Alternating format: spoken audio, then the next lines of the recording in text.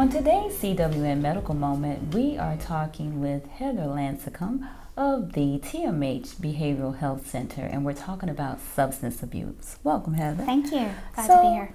Glad to have you. So when is substance abuse likely to happen?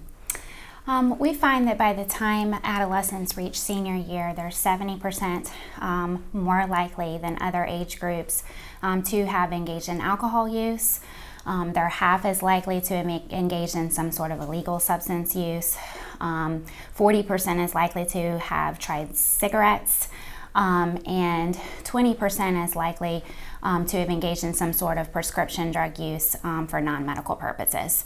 So we're looking at starting between about the age of 12 to 17. Wow. Yeah. And is it more prevalent with certain populations?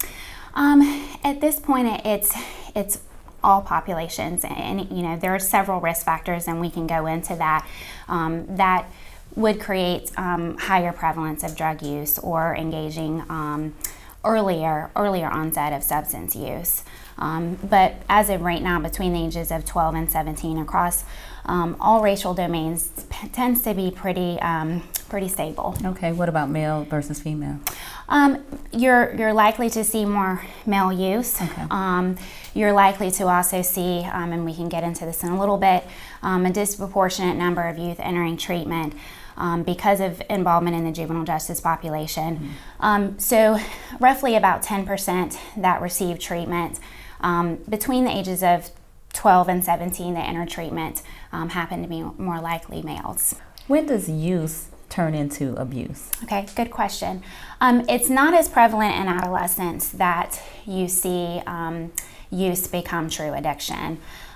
When you get to the point of addiction, you're talking about more of a biological dependency on that substance, meaning that you'll see kids that will, the idea that they have the willpower to just say no kind of goes out the window.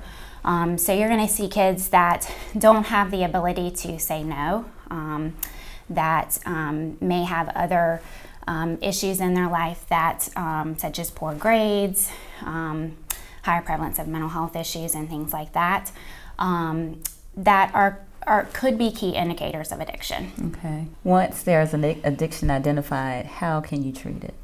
Well, it's very important with kids that you get a full mental health evaluation. Oftentimes with kids that are engaging in substance use, you see a co-occurring mental health disorder as well. Sometimes it's that kids initially start engaging in substance use because they're dealing with depression, because they're dealing with anxiety, they're dealing with things like ADHD.